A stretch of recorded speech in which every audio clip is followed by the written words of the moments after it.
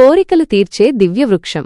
దీనిని దేవతలు స్వర్గానికి తీసుకువెళ్లారు. 6 రంభ, ఊర్వశి, మేనక వంటి అప్సరసలు, దివ్యలోక సుందరాంగులు.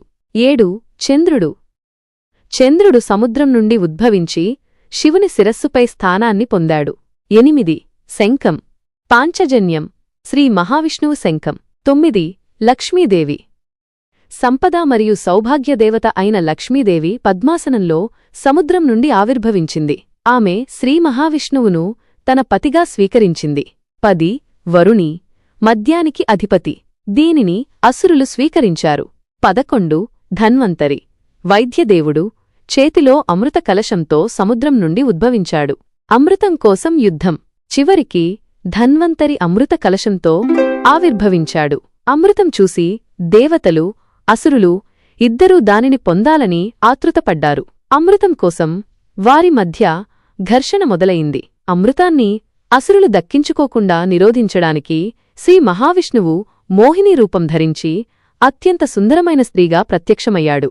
మోహిని తన అందంతో అసురులను మంత్రముగ్ధులను చేసి అమృతాన్ని దేవతలకు మాత్రమే పంచేలా చేసింది. దేవతలందరూ అమృతం తాగిన తరువాత ఒక అసురుడు, రాహువు, దేవత వేషం వేసుకుని అమృతం తాగడానికి ప్రయత్నించాడు.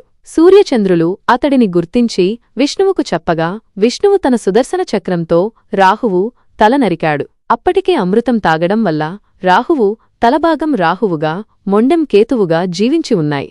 ఈ విధంగా దేవతలు అమృతాన్ని పొంది తమ శక్తిని తిరిగి పొందారు మరియు అసురులపై విజయం సాధించారు. క్షీరసాగర మథనం హిందూ పురాణాలలో ఒక గొప్ప సంఘటనగా పరిగణించబడుతుంది. ఇది సృష్టి, లయ, పోషణ మరియు మంచి చెడుల మధ్య నిరంతర సంఘర్షణను సూచిస్తుంది. కోరికలు తీర్చే దివ్యవృక్షం. దీనిని దేవతలు స్వర్గానికి తీసుకువెళ్లారు. 6 రంభ, ఊర్వశి, మేనక వంటి అప్సరసలు, దివ్యలోక సుందరాంగులు. 7 చంద్రుడు. చంద్రుడు సముద్రం నుండి ఉద్భవించి శివుని శిరస్సుపై స్థానాన్ని పొందాడు. 8 శంఖం, పాంచజన్యం, శ్రీ మహావిష్ణువు శంఖం. 9 లక్ష్మీదేవి. సంపద మరియు సౌభాగ్యదేవత అయిన లక్ష్మీదేవి పద్మాసనంలో సముద్రం నుండి ఆవిర్భవించింది. ఆమె శ్రీ మహావిష్ణువును తన పతిగా స్వీకరించింది. 10 వరుణి, మద్యానికి అధిపతి. దీనిని అసురులు స్వీకరించారు. 11 ధన్వంతరి, వైద్యదేవుడు, చేతిలో అమృత కలశంతో సముద్రం నుండి ఉద్భవించాడు. అమృతం కోసం యుద్ధం.